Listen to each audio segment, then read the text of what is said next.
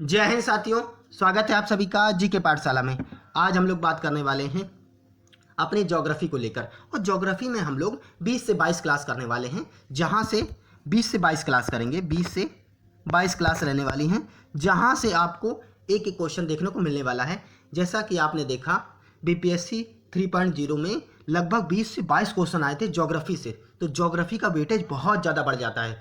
तो हम लोग 20 से 22 क्लास में पूरा का पूरा ज्योग्राफी खत्म करने वाले हैं। 20 से 22 क्लास में पूरा का पूरा ज्योग्राफी खत्म हो जाएगा। और पूरा एनसीईआरटी के एक एक चैप्टर को लिया है मैंने, जहां से प्रश्न देखने को आपको निश्चित रूप से मिलने वाले हैं। तो मिलने वाले हैं, सबसे पहला हम लोग का चैप्टर रहने वाला है भारत की प्रमुख कृषि। तो कृषि से आपको एक ना एक क्वेश्चन जरूर देखने को मिलेगा। चलिए बात कर लेते हैं, भारत में कितने प्रकार की कृषि होती है।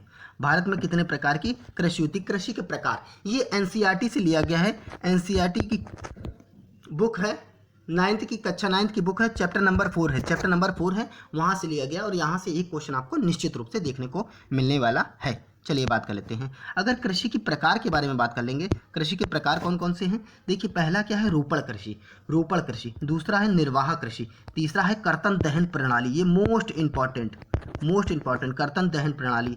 चौथा है गहन कृषि और पांचवा है शल्यवर्तन कृषि, शल्यवर्तन कृषि। चलिए आगे बात कर लेते हैं। अब बात कर लें अगर कर्तन दहन प्रणाली। कर्तन मतलब होता है काटना, किसी चीज को काटना। दहन मतलब होता है जलाना। दहन मतलब क्या होता है, जलाना। प्रणाली मतलब होता है प्रक्रिया। तो इसके शब्द में ही इसका आंसर क्या छुपा हुआ है, कर्तन दहन प्रणाली। मतलब पहले पेड़ों को काटा जाता है, काटने के बाद वही पेड़ों को जला दिया जाता है। जलाने के बाद जो उसकी राख बचती है उसको पूरे खेत में बिखेर दिया जाता है। राख को क्या करते हैं, पूरे खेत में बिखेर देते हैं और फिर क्या है, उसको खाद के रूप में प्रयोग किया जाता है। तो यही कहलाती है कर्तन दहन प्रणाली। चलिए बात कर लेते हैं, कृषि की ऐसी पद्धति जिसमें किसान जमीन के टुकड़े को साफ करके, जैसे झाड़ी आड़ी जंगल अंगल है तो उसको काट देता है। काटने के बाद क्या करता है, उस पर अनाज व अन्य खाद्य फसलें उगाता है। वही क्या करता है, काट कर, जैसे ये है, ये देख रहे हैं आप चित्र में, इसको क्या करता है, पेड़ों को काट देता है। काटने के बाद उसको जला देता है। जलाने के बाद जो राख होती है, राख पूरे खेत में बिखरा देता है। बिखराने के बाद फिर क्षेत्र में क्या करता है, उसी क्षेत्र में क्या करता है, कृषि करने लगता है। क्या करने लगता है, कृषि करने लगता है। चलिए अगला पॉइंट देख लेते हैं।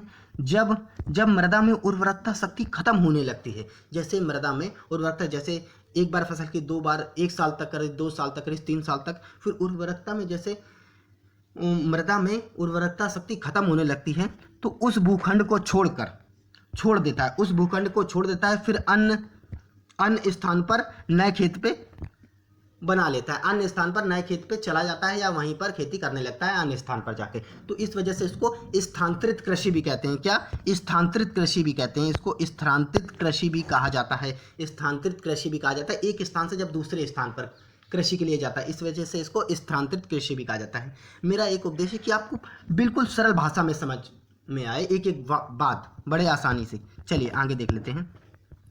ये वाला स्लाइड आपके लिए मोस्ट इंपॉर्टेंट रहने वाला है, क्योंकि इसमें यहाँ से आपको एक क्वेश्चन जरूर देखने को मिल रहा है। कर्तन दहन प्रणाली के अन्य नाम। कर्तन दहन प्रणाली के अन्य नाम क्या है। देखिए, मध्य प्रदेश की बात कर ले तो वहाँ बेबर या दहिया कहा जाता है। इसको क्या कहा जाता है, बेबर या दहिया कहा जाता है। आंध्र प्रदेश की बात कर ले तो यहाँ पोंडू या पांडा कहा जाता है, पेंडू या पांडा कहा जाता है। उसके बाद पश्चिमी घाट की बात कर ले तो यहाँ कुमारी कहा जाता है। क्या कहा जाता है, कुमारी कहा जाता है। अंडमान निकोबार द्वीप समूह की बात कर ले तो यहाँ दीपा कहा जाता है। क्या कहा जाता है, दीपा। और हिमालय क्षेत्र की बात कर ले तो यहाँ खिल कहा जाता है। झारखंड की बात कर ले तो कुरवा कहा जाता है। उत्तरी पूर्वी राज्य को क्या कहा जाता है, झूम कृषि कहा जाता है। क्या कहा जाता है, झूम कृषि कहा जाता है। मणिपुर की बात कर लें तो पलामू कहा जाता है। उड़ीसा की बात कर ले तो पामाडावी कहा जाता है, कोमान कहा जाता है और ब्रिंगा कहा जाता है। क्या कहा जाता है, ब्रिंगा कहा जाता है। और ये मोस्ट इंपॉर्टेंट है, यहाँ से आपको निश्चित रूप से 100% क्वेश्चन देखने को मिलेगा। ये वाली स्लाइड और ज़्यादा इंपॉर्टेंट। क्या, मैक्सिको या मध्य अमेरिका में क्या है, मिल्पा कहा जाता है, मिल्पा। उसके बाद वेनेजुएला में बात कर ले तो कोनुनको कहा जाता है। ब्राज़ील में रोका कहा जाता है और मध्य अफ्रीका में मसोले कहा जाता है। इंडोनेशिया और मलेशिया में लदांग कहा जाता है। वियतनाम में रे कहा जाता है। श्रीलंका में चेना कहा जाता है और मेडागास्कर में तावी कहा जाता है। क्या कहा जाता है, तावी कहा जाता है।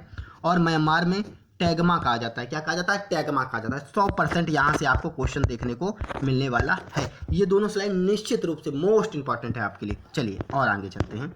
रोपण कृषि की बात करें, पूछ लिया जाता है रोपण कृषि में कौन कौन सी फसलें शामिल हैं, तो रोपण कृषि पता होना चाहिए हमको। क्या कह रहा है, रोपण कृषि एक प्रकार की वाणिज्यिक कृषि होती है। रोपण कृषि क्या है, एक प्रकार की वाणिज्यिक कृषि है, मतलब व्यापारिक कृषि है। वाणिज्यिक कृषि का मतलब व्यापारिक कृषि है। इसमें खेती में लंबे चौड़े क्षेत्र में एक ही फसल उगाई जाती है, मतलब बहुत बड़ा जैसे क्षेत्र है उसमें धान ही धान कर दी, जैसे धान कर दी, 5 हेक्टेयर खेती है उसमें धान ही पूरे में धान लगा दी, गेहूं लगा दिया पूरे में, तो एक फसल उगाई जाती है। रोपण कृषि व्यापक क्षेत्र पर होती है। रोपण कृषि क्या है, व्यापक क्षेत्र पर की जाती है। अगला क्या है, जब भाई व्यापक क्षेत्र पर कहेंगे तो उसके लिए अधिक पूंजी और अधिक लोगों की जरूरत होगी, यानी कि श्रम की जरूरत होगी, जो अत्यधिक पूंजी और श्रम की सहायता से की जाती है। ये क्या है, अत्यधिक पूंजी और श्रम की सहायता से की जाती है। मुख्य फसलें मोस्ट इंपॉर्टेंट, ये आपको याद रखना मोस्ट इंपॉर्टेंट है। यहाँ से क्वेश्चन आ जाता है कि रोपण कृषि की प्रमुख फसलें क्या है। देखो जैसे चाय हो गई, कॉफ़ी हो गई, रबड़ हो गया, गन्ना हो गया और केला, ये मोस्ट इंपॉर्टेंट है। और अगला कह रहा है इसमें परिवहन और संचार की आवश्यकता होती है। इसमें परिवहन और संचार की आवश्यकता होती है। जैसे चाय की पत्ती को जब हमने तोड़ने के बाद इसको फैक्ट्री ले जाया जाता है, तो उसके लिए कोई ना कोई हम वाहन की तो व्यवस्था करेंगे ले जाने के लिए फैक्ट्री तक, तो इसलिए संचार और परिवहन की आवश्यकता होती है। चलिए अगला देख लेते हैं, निर्वाह कृषि। निर्वाह का मतलब आप समझ ही रहे होंगे, जिस पर क्या है, इस कृषि का उद्देश्य क्या होता है, अपने परिवार का पालन पोषण करना अपने परिवार का।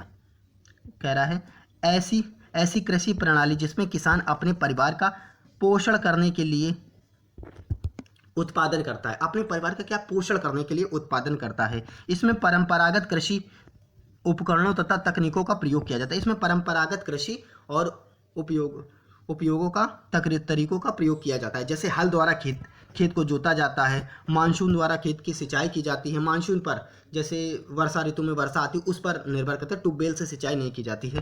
प्राकृतिक उर्वरकों पर निर्भर करता है, प्राकृतिक उर्वरक जैसे गोबर हो गया, खाद हो गया, इस पर निर्भर करता है। चलिए गहन कृषि के बारे में बात करें। गहन कृषि इस पद्धति में अधिक उत्पादन के उद्देश्य से ही और अधिक पूंजी निवेश के साथ साथ आधुनिक उपकरणों एवं कीटनाशकों का उपयोग आदि का प्रयोग किया जाता है। आदि का प्रयोग क्या है, किया जाता है, कीटनाशकों का आदि का प्रयोग किया जाता है। इसका उद्देश्य होता है अधिक से अधिक उत्पादन करना। चलिए शल्यवर्तन की बात कर लें। शल्यवर्तन कृषि भूमि की उत्पादक क्षमता बढ़ाने के लिए भूमि के किसी टुकड़े पर फसलें बदल बदल कर उगाई जाती हैं। बदल बदल के कैसे, जैसे जो फसलें कम गहराई वाली हैं, जिनकी जड़ें कम नीचे तक जाती हैं, उनको उगाया जाता है। फिर अधिक जिनकी जड़ें नीचे जाती हैं उनको उगाया जाता है। तो इससे क्या है, कृषि में एक चक्र बन जाता है और फसलें ज़्यादा अधिक होती हैं, अच्छी होती हैं। चलिए आगे देख लेते हैं। चलिए अब आज यहाँ से पूरा का पूरा टॉपिक खत्म हो गया। ये आप क्या करें, 1 से 2 बार इसको आप रिवीजन कर लें, निश्चित रूप से आपके 1 से 2 नंबर यहाँ से फंसने वाले। और 20 से 22 क्लास में मैं पूरा का पूरा कंप्लीट करा दूंगा आपको। 20 से 22 क्लास में पूरा का पूरा कंप्लीट होने वाला है आपका। चलिए ज़्यादा से ज़्यादा इस वीडियो को शेयर कीजिए, चैनल को सब्सक्राइब कीजिए। जय हिंद, जय भारत।